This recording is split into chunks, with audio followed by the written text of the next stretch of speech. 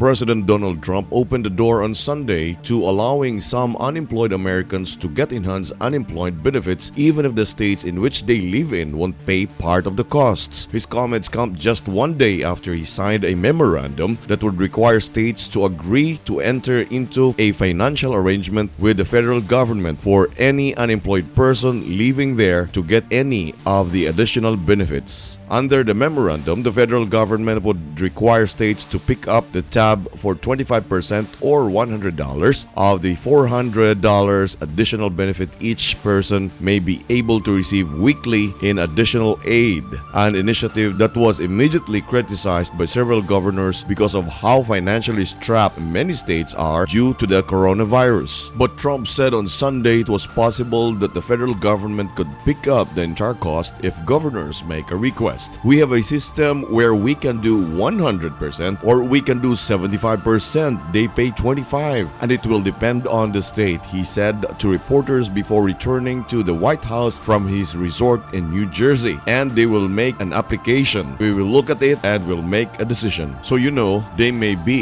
pay nothing in some instances, or maybe they'll a little bit like the National Guard. Like the National Guard, as you know, sometimes will pay all of it depending on the tragedy or whatever it may be, the disaster, he said. Sometimes the state will pay 40%, 25%, 10%, or nothing, depending on how it works out. Several experts told CNN there are major questions about how many states may be able to afford the extra cost. If the state says that it does not have the funds or does not want to enter into the agreement with the federal government, the unemployed people in that state would receive $0 in the extra benefits. They would still receive the normal state unemployment insurance. Also, because Congress has not authorized an extension of extra federal unemployment assistance, the state will have to set up an entirely new system to deliver the additional aid, which could take months. Trump's memorandum on enhanced unemployment benefits was just one of 4 items he tried to exert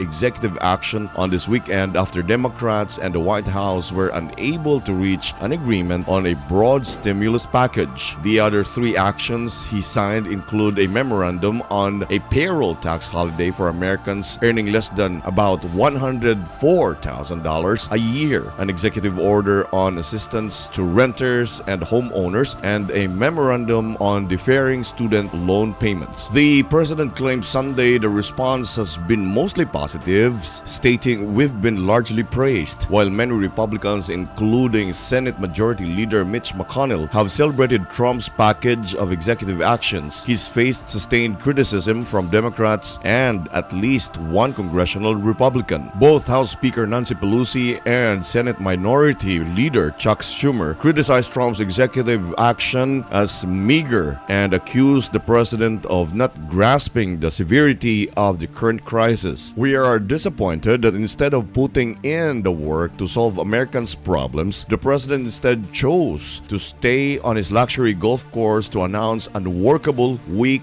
narrow policy announcements to slash the unemployment benefits that millions desperately need and endanger seniors' Social Security and Medicare," Pelosi and Schumer said in a statement. Republican Senator Ben Sasse of Nebraska said in a statement Saturday, "The pen-to-phone theory of executive lawmaker is unconstitutional law. President Obama did not have the power to unilaterally rewrite immigration law with DACA, and President Trump does not have the power to unilaterally write the payroll tax law. Under the Constitution, the power belongs to the American people acting through their members of Congress."